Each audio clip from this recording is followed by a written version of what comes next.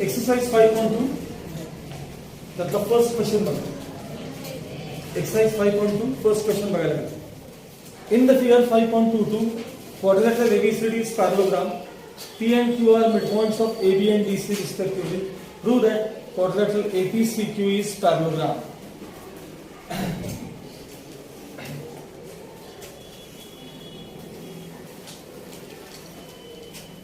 लक्ष द्या.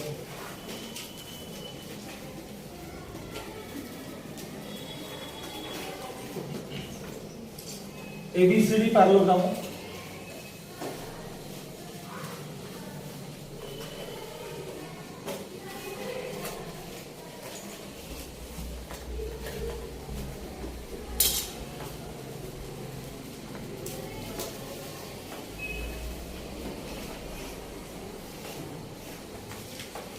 तुम्ही तो पटकन पुढे काढून घ्या.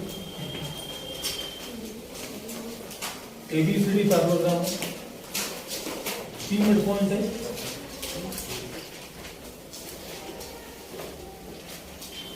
आणि Q मिड पॉइंट आणि APCQ parallelogram आहे हे आपल्याला प्रूव्ह करायचं आहे. पहिले समजून घ्या. समजला की लिहायला सोबत होईल. माझ्यासोबत लिहिला तरी चालेल.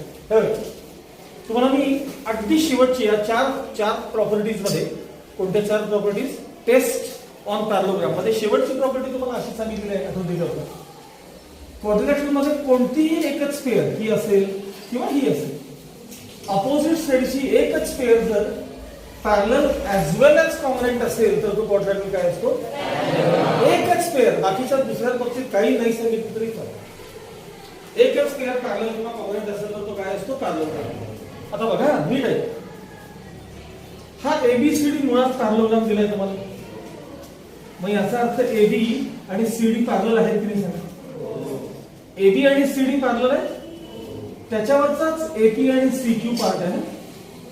अरे या दोन लाईन मधलेच ते पार्ट आहेत ना. म्हणजे AP आणि CQ पण पॅरलल आहेत का बघा. AP आणि CQ पॅरलल आहे. कारण गिवन मध्ये ABCD पॅरलोग्राम म्हणजे हे दोन साइड्स काय असले पाहिजेत? पॅरलल असले पाहिजे. म्हणजे AP आणि CQ पॅरलल देखील आहेत. आता बघा बाहेरचा क्वाड्रिलॅटरल पॅरलोग्राम आहे की नाही? कोण? ABCD. मग AB आणि CD कॉन्ग्रुएंट आहेत की नाही सांगा? AB आणि CD कॉन्ग्रुएंट आहेत. मग त्यांचे हाफ पार्ट पण कॉन्ग्रुएंट असतील की नाही सांगा? आता मला सांगा AB जर 10 असेल तर हा P मिड पॉइंट आहे, Q पण मिड पॉइंट आहे त्याचा. AB 10 असेल तर CD किती असेल? मग हाफ पार्ट किती असेल? मग हा पण हाफ पार्ट किती असेल? म्हणजे हा पार्ट याला कॉन्ग्रुएंट असेल की नाही? मग एकच पेअर पॅरलल पण आहे आणि एकच पेअर कॉन्ग्रुएंट पण आहे. म्हणजे हा क्वाड्रिलॅटरल काय असलं पाहिजे सांगा? आता लिहा माझ्यासोबत. ते कसं लिहायचं बघा. माझ्या बरोबर लिहायला का?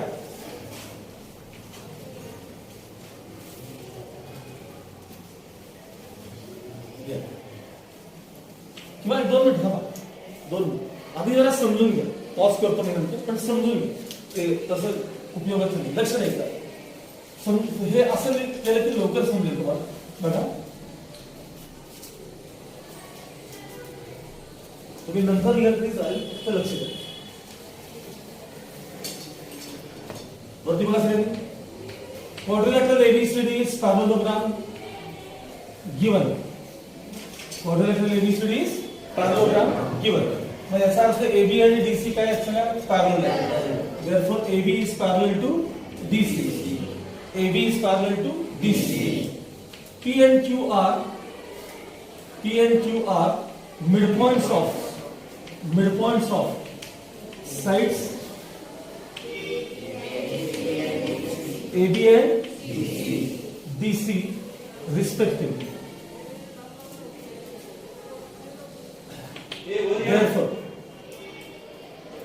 Therefore, AP is parallel to QC.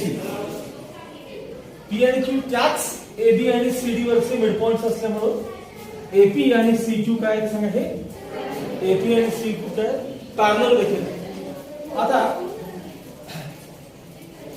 P आणि Q मिड पॉइंट असल्यामुळे AP ची लेंथ आहे की नाही? AP ची लेंथ ही हाफ ऑफ काय असणार सांगा? AB असेल. बघा ती काय आहे सांगा? AB चा काय आहे मिड पॉइंट आहे. मग AP ची लेंथ किती असणार आहे AP ची लेंथ हाफ ऑफ AB असणार. ह्याला इक्वेशन आपण 1 घेऊया. थांबा ह्याला इक्वेशन 1 देतो ह्याला 2 देऊ. आता Q पण मिड पॉइंट आहे की नाही बघा त्या CD चा Q त्या BC चा काय आहे मिड पॉइंट आहे. त्यामुळे CQ ची लेंथ किती असणार सांगा हाफ ऑफ BC किंवा हाफ ऑफ CD असणार. बट मला सांगा AB आणि DC कॉन्ग्रुएंट आहेत की नाही सांगा. तिथं बघा AB आणि DC कॉन्ग्रुएंट आहेत का. अरे ते अपोजिट साइड्स आहेत का पॅरलॉग्रामच्या.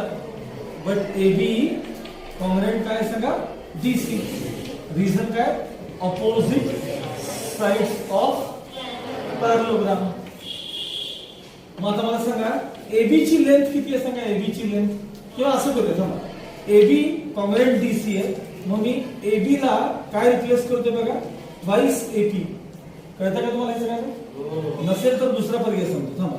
AB आणि DC कॉन्ग्रुएंट आहेत ना मग half AB equals half DC असेल. हे कळतं का बघा मग तुम्हाला.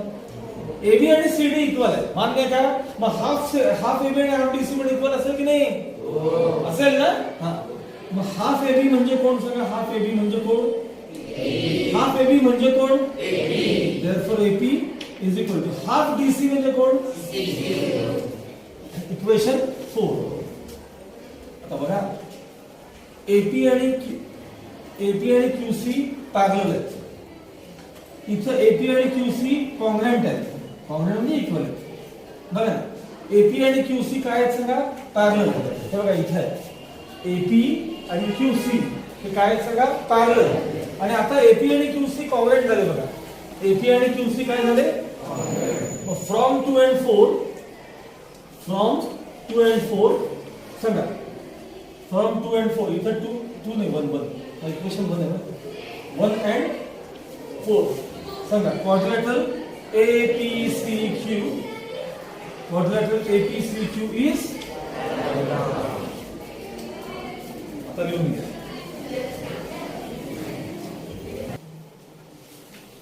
Okay, now second question क्या होगा next time. Using opposite angle test for parallelogram, prove that every rectangle is parallelogram. आपल्याला प्रॉब्लेम करता एवढाच आहे काय क्वेश्चन म्हणजे पार्ट करता प्रॉब्लेम म्हणजे क्वेश्चन असं एवढाच आहे की रेक्टँगल पॅरलोग्राम आहे हे तुम्हाला प्रूव्ह करायचं. रेक्टँगल हा एव्हरी रेक्टँगल इज पॅरलोग्राम हे तुम्हाला प्रूव्ह करायचं आहे. मग हे प्रूव्ह करण्यासाठी मी काय काय वापरू शकतो माहिती आता एक्झाम्पल बघा. हा रेक्टँगल आहे बरोबर आहे. हा पॅरलोग्राम प्रूव्ह करायचा तुम्हाला. आता समजा रेक्टँगल आहे म्हणजे त्याचे अपोजिट साइड कॉन्ग्रुएंट असतात की नाही सांगा. मग AB ला CD कॉन्ग्रुएंट आहे. AD ला BC कॉन्ग्रुएंट आहे. मग ज्या रेक्टँगलच्या अपोजिट साइड्स कॉन्ग्रुएंट असतात तो पॅरलोग्राम असतोच की नाही. ते म्हणून मी काय म्हणतो तुम्हाला थिअरम्स फार चांगले यायला पाहिजेत. टेस्ट फॉर पॅरलोग्राम मध्ये पहिला थिअरम काय सांगा बरं. टेस्ट फॉर पॅरलोग्राम मध्ये त्यातला पहिला पेज नंबर 63 वरचा पहिला थिअरम वाचा बरं काय म्हणले ते. If opposite sides of a quadrilateral are congruent then that quadrilateral is parallelogram. मग रेक्टँगलचे अपोजिट साइड कॉन्ग्रुएंट असतात की नाही. रेक्टँगलचे अपोजिट साइड कॉन्ग्रुएंट असतात की नाही म्हणजे तो पॅरलोग्राम असतोच की. पण ह्याच्यात मी काय वापरलं सांगा अपोजिट साइडची टेस्ट वापरली ना. त्यांनी क्लिअर काय सांगितले त्यांनी प्रश्नात काय सांगितलं सांगा युजिंग अपोजिट अँगल्स टेस्ट. मग पलीकडच्या पेज वर या पेज नंबर 64 वरचा थिअरम बघा काय विचारले तुम्ही स्टेटमेंट वाचा बरं. If both pairs of opposite sides of quadrilateral are congruent then it is parallelogram. Opposite साइड्सचे जर दोन्ही अँगल्स कॉन्ग्रुएंट असतील दोन्ही पेअर्स ऍक्च्युअली अपोजिट अँगल्सच्या जर दोन्ही पेअर्स कॉन्ग्रुएंट असतील. अपोजिट अँगलची ही एक पेअर आहे ही एक पेअर झाली आणि अपोजिट अँगलची ही एक पेअर आहे. असे अपोजिट अँगल्सच्या जर दोन्ही पेअर्स कॉन्ग्रुएंट असतील तर तो क्वाड्रिलेटरल पॅरलोग्राम असतो. ही झाली opposite angle test for parallelogram. मग त्यांनी या टेस्टचा वापर करून प्रूव्ह करा म्हणले की हा पॅरलोग्राम आहे. जर त्यांचं आधीचं स्टेटमेंट समजा नसतं काय सांगा आधीचं statement using dash dash test असं काही नसतं तर मी काय काय वापरू शकतो असतो माहिती आहे. लक्ष द्या हा क्वाड्रिलेटरल रेक्टँगल आहे. आता सांगितल्याप्रमाणे AB ला CD कॉन्ग्रुएंट आहे. आणि एडी ला बीसी कॉंग्रुएंट आहे, कारण रेक्टँगलच्या प्रॉपर्टीजच अशा आहेत त्याचे अपोजिट साइड्स कॉंग्रुएंट असतात. मग ज्या क्वाड्रिलॅटरलच्या अपोजिट साइड्स कॉंग्रुएंट असतात तो पॅरलोग्राम असतोच की.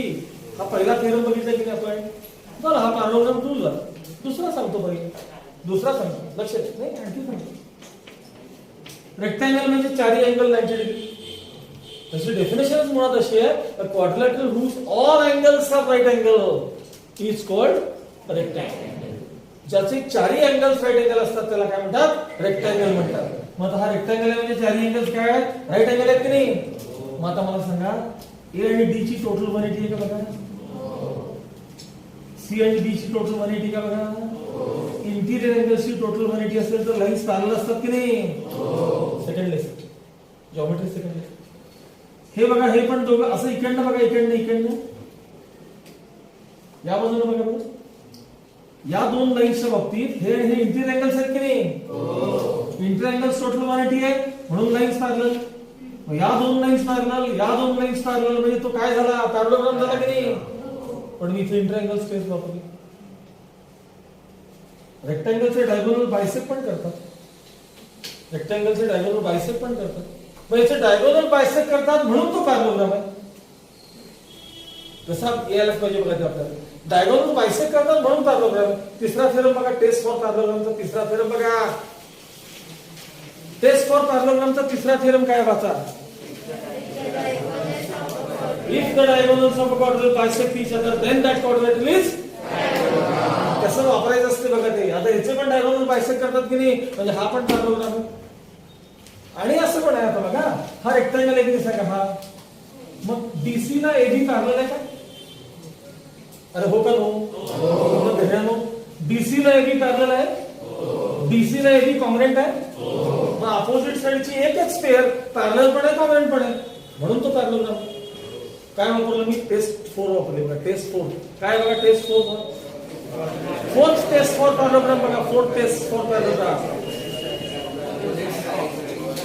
If one pair of opposite side is parallel and congruent, then the quadrilateral is parallelogram. असं पण पॅरलोग्राम. म्हणजे जर का तो अलीकडचा पार्ट नसता तर मी हा प्रॉब्लेम 4 प्रकारे सोडवतो, 4 प्रकारे. पण त्याने आता अलीकडे काय सांगितलं तुम्हाला, using opposite angles test prove that quadrilateral rectangle is a parallelogram. आता लक्षात घ्या. आता याचा प्रूफ आहे सोपा, पण मी 4 प्रकारे का सांगितलं तुम्हाला कळलं का मला. ती काही वापरू शकता तुम्ही, पण आता मात्र नाही. आता तुम्हाला अपोजिट अँगल स्पेस वापरायची. बरं बघा सांगितलं. Second question, quadrilateral ABCD is rectangle. Given quadrilateral ABCD is rectangle. Given. Therefore, measure angle A equals measure angle B equals measure angle C equals measure angle D equals 90 degree. मग आता H आणि C चं major दोघांचे equal आहे का बघा तिथे. Therefore, angle A congruent angle C. A जेवढा आहे तेवढा सी आहे. अपोजिट ची एक पेअर कॉंग्रुएंट झाली. Also angle B congruent angle D. बघा बी आणि डी कॉंग्रुएंट आहे का बघा. दोघेही 90 आहेत की नाही. बी आणि डी पण कॉंग्रुएंट झाले. Thus, both pairs of opposite angles of quadrilateral ABCD are congruent. Therefore, quadrilateral ABCD is parallelogram. Opposite sides च्या दोन्ही पेअर्स कॉंग्रुएंट आहेत म्हणून तो काय सांगा, पॅरलोग्राम. चला व्यवस्थित लिहून.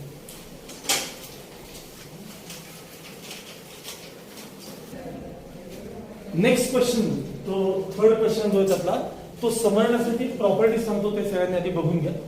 बघा ट्रायंगल एबीसी मध्ये बीसी चा जो मिड पॉइंट आहे त्याला मी डी नाव दिलं, तर सेगमेंट एडी ला मेडियन म्हणतात. मेडियनची डेफिनेशन अशी आहे, the segment joining the mid point of a side and opposite vertex is called median. मग या साईडचा मिड पॉइंट आणि समोरचा व्हर्टेक्स या जॉईन करणाऱ्या सेगमेंटला काय म्हणतात? मेडियन. याचा मिड पॉइंट, या साईडचा मिड पॉइंट ई आणि समोरचा व्हर्टेक्स या जोडणाऱ्या सेगमेंटला मेडियन म्हणतात. एडी मेडियन आहे, बीई मेडियन आहे, सीएफ मेडियन आहे. हे सगळेच्या सगळे जे आहेत ना मेडियन्स एकाच पॉइंट मध्ये इंटरसेक्ट होतात, ज्याला काय म्हणतात सांगा? सेंट्रॉइड. आणि या सेंट्रॉइडची प्रॉपर्टी अशी आहे, centroid divides the median in the ratio 2:1.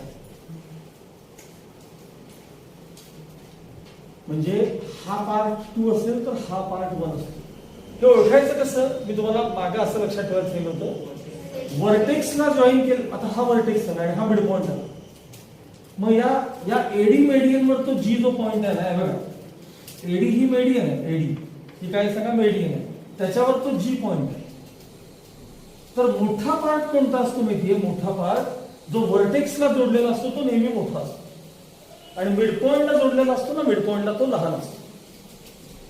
मग याच्यामध्ये एजी 2 असेल तर जीडी 1 असेल, असा रेशो असतो. एजी इज टू जीडी हा ratio 2:1. AG is to GD हा रेशो काय असतो? म्हणजे एजी ची लेंथ 6 असेल तर जीडी 3 असते. तुम्ही बघा यांचा रेशो काढून बघा, 2:1 आहे की नाही बघा रेशो. 6:3 चा रेशो किती येणार आहे? 3 1 3 3 2 6 येणार आहे की नाही? समजा एजी जर 18 असेल, 18 तर याची लेंथ किती असते? 9. आणि मग टोटल मेडियनची लेंथ किती असणार बघा? 27. आणि हे 18 आणि 9. मी तुम्हाला असंही शिकवलं होतं की संपूर्ण मेडियनची जर लेंथ, संपूर्ण मेडियनची लेंथ तुम्हाला माहित असेल 27, तर हा पार्ट आणि हा पार्ट कसा शोधायचा सांगा? लहान पार्ट आहे की नाही? लहान पार्ट तो 1/3 ऑफ मेडियन आणि मोठा पार्ट 2/3 ऑफ मेडियन. शांत बसा, ऐका. जे लोक नवीन आहेत त्यांना माहित नाही. Smaller part is 1/3 of median. म्हणजे जीडी आहे ना, जीडी तो 1/3 ऑफ मेडियन आहे. 1/3 ऑफ मेडियन. मेडियन कोण आहे सांगा? आपली एडी. म्हणजे 1/3 ऑफ सांगा. एडीची लेंथ किती आहे? 27. 3 9 म्हणून तो पार्ट 9 आहे. आणि मोठा पार्ट आहे ना, मोठा एजी मोठा पार्ट किती असेल? तो 2/3 ऑफ मेडियन असतो. किती असतो? 2/3 ऑफ मेडियन. मेडियन म्हणजे एडी. 2/3 ऑफ एडी असतो. आता बघा 2/3 ऑफ एडी म्हणजे 27 आहे ना आपले. एडीची लेंथ किती आहे?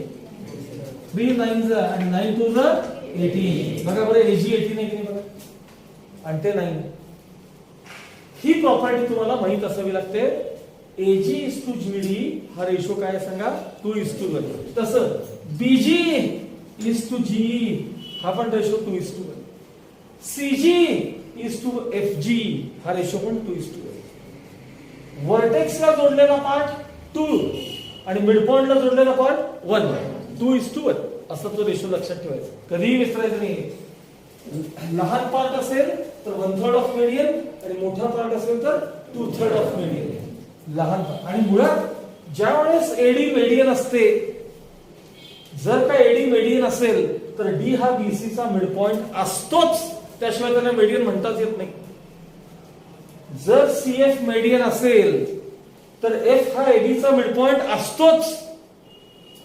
जर बीई मेडियन असेल तर ई हा एसी चा मिड पॉइंट असतोच. हे एक लक्षात ठेवायचं. कळलं का सगळ्यांना आता? हा, सगळ्यांना समजलं का? आता नेक्स्ट क्वेश्चन फक्त वाचा, फक्त वाचा वाचा वाचा वाचा व्यवस्थित वाचा. 2दा-3दा वाचा. माझी मी लगेपर्यंत मनातलं मला.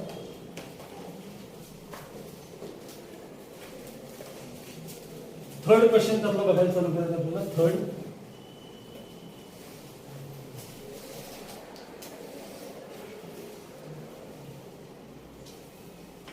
D E F. त्यामध्ये इथं नाव काही दिलं नाही, पण मी ते एक्सटेंड करतो. इथं नाव देतो.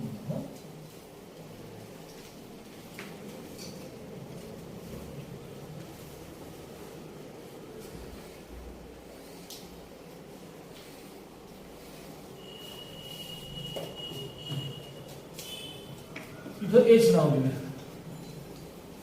मी इथं तात्पुरतं एम इथे एक एक्स्ट्रा नाव घेतो मी, तुम्ही पण नंतर पुस्तक किंवा फिगर काढल्यानंतर नंतर तिथं नाव घ्या. आता प्रॉब्लेम काय दिलाय वाचा. G is the point of concurrence of median of triangle DF. बघा हा जो जी पॉइंट आहे ना तो काय आहे सांगा. जी पॉइंट ट्रायंगल डीएफ च्या मेडियनचा पॉइंट ऑफ कॉन्करन्स आहे, म्हणजे सेंट्रोइड आहे. Point of concurrence of median काय कशाला म्हणतात, मी त्याला नाव काय आहे, सेंट्रोइड. म्हणजे जी सेंट्रोइड आहे हे फक्त वेगळ्या भाषेत सांगितलं. G centroid of triangle DF. G centroid of triangle DF. Take point H on ray DG such that D dash G dash H. Take point H काय म्हणले नाही, टेक पॉइंट एच बघा हा एच ऑन डीजी, या रे डीजी वरती असा point घ्या. हे सगळे डीजीएच कोलिनियर आहेत. डीजीएच हे एका रेषेवरचे पॉइंट आहेत, एका लाईन वरचे पॉइंट आहेत असं त्यांनी सांगितलं. आणि इन्फॉर्मेशन दिली तुम्हाला. डीजी इक्वल्स काय दिले, जीएच दिलेलं आहे. डीजी इक्वल्स काय दिले तुम्हाला, DH. Then prove that quadrilateral GEHF. GEHF parallelogram दाखवा म्हणले. कुठला क्वाड्रिलॅटरल, जीईएचएफ. बघा हा जीईएचएफ हा जो क्वाड्रिलॅटरल ना त्याचं नाव काय सांगा, जीईएचएफ. हा क्वाड्रिलॅटरल काय दाखवायचा आहे तुम्हाला, पॅरलोग्राम दाखवायचा आहे. हा क्वाड्रिलॅटरल काय दाखवायचा आहे. आता मला सांगा, लक्ष द्या, लक्ष. मला सांगा डीएम काय आहे. ज्या अर्थी जी सेंट्रोइड आहे, ज्या अर्थी जी सेंट्रोइड आहे त्या अर्थी डीएम काय सांगा. डीएम, डीएम काय मेडियन असेल तर एम काय झाला सांगा. एम काय झाला तुमचा का माझा, ईएफ चा. करेक्ट, ईएफ चा मिड पॉइंट. कोणाचा, ईएफ. बघा परत, ज्या अर्थी ही डीएम मेडियन आहे त्या अर्थी एम हा ईएफ चा काय सांगा, म्हणजे ईएम आणि एफएम काय सांगा, कॉन्ग्रुएंट आहे. तेव्हा हे आणि काय सांगा, कॉन्ग्रुएंट. एक तरी विषय समजला. आता दुसरा पार्ट सांगा. मला सांगा हा जर सेंट्रोइड असेल, हा कोण, हा, तर डीजी इज टू जीएम हा रेशो किती असतो सांगा. डीजी इज टू जीएम हा रेशो किती असतो सांगा. बरोबर. डीजी इज टू जीएम हा रेशो किती असणार, 2:1. म्हणजेच डीजी अपॉन जीएम किती असणार, 2/1. मग टर्म ट्रान्सफर केल्यानंतर डीजी इक्वल्स काय मिळेल, डीजी इक्वल्स ट्वाइस जीएम. डी काय नुसतं ट्रान्सफर केलं. डीजी इक्वल्स काय मिळेल तुम्हाला, ट्वाइस जीएम. डीजी इक्वल्स काय मिळेल तुम्हाला, ट्वाइस जीएम. हे कशामुळे सांगा, हा सेंट्रोइड असेल. त्यांनी गिवन इन्फॉर्मेशन काय दिली तुम्हाला, डीजी इक्वल्स काय दिले वाचा, डीजी इक्वल्स काय दिले तुम्हाला, जीएच. हे गिवन आहे का बघा, हे गिवन आहे का बघा, आहे का.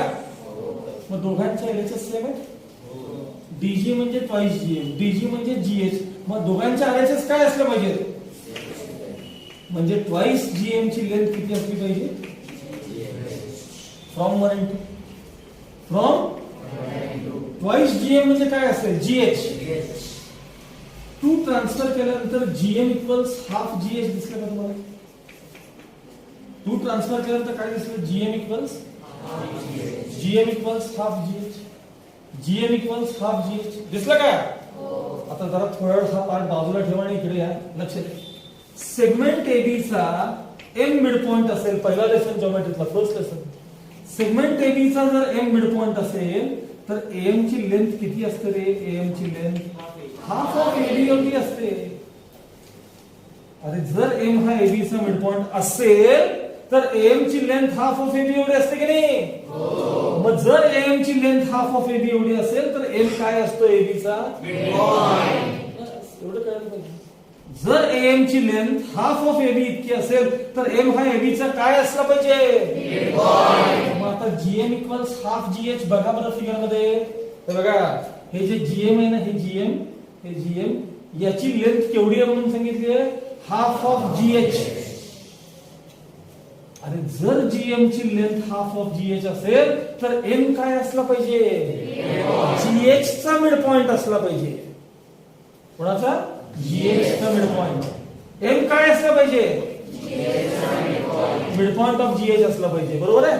मग एम हा जीएच चा मिड पॉइंट आहे, म्हणजे जीएम आणि HM पण काय झाले सांगा, कॉंग्रुएंट झाले. कॉंग्रुएंट मग अशी मी काय म्हणलं होतं, EM आणि FM कॉंग्रुएंट. तर तो मिड पॉइंट आहे कोणाचा, अँगल GF च्या ई साइड EF चा, कारण तो मेडियन होतं ना, ती मेडियन असल्यावर तो मिड पॉइंट असतोच. म्हणजे इथं येलो पार्ट कॉम्पोनंट आहे, इथं रेड पार्ट कॉम्पोनंट आहे. म्हणजे तुम्ही जर ब्ल्यू क्वाड्रिलॅटरल नीट पाहिलं तर त्याचं डायगोनल बायसेक्ट झाले बघा. ते कसं वापरायचं असतं बघा. तो ब्ल्यू कलरचा क्वाड्रिलॅटरल बघा, त्याचे डायगोनल बायसेक्ट झाले का. अरे M ह्याचा मिड पॉइंट आहे, M त्याचा मिड पॉइंट आहे, म्हणजे डायगोनल बायसेक्ट झाले ना. यालाच म्हणतात डायगोनल बायसेक्ट झाले. आणि जर मग थेरम 3 काय बघा, टेस्ट 3 काय वाचा, ज्याचे ज्या क्वाड्रिलॅटरलचे डायगोनल बायसेक्ट होतात तो क्वाड्रिलॅटरल काय असतो, म्हणून हा क्वाड्रिलॅटरल पॅरलल झाला. म्हणून काय हा क्वाड्रिलॅटरल पॅरलल. काय सांगितलं कळलं का, लक्षात आलं. कसा अभ्यास करायचा कळलं ना आता. त्याला फार अभ्यास लागतो बरं का, हे सोपं नाही आहे अजिबात, लक्षात ठेवा. हे असं जर तुम्हाला यायचं असेल ना तर प्रचंड अभ्यास लागतो, लक्षात ठेवा. चला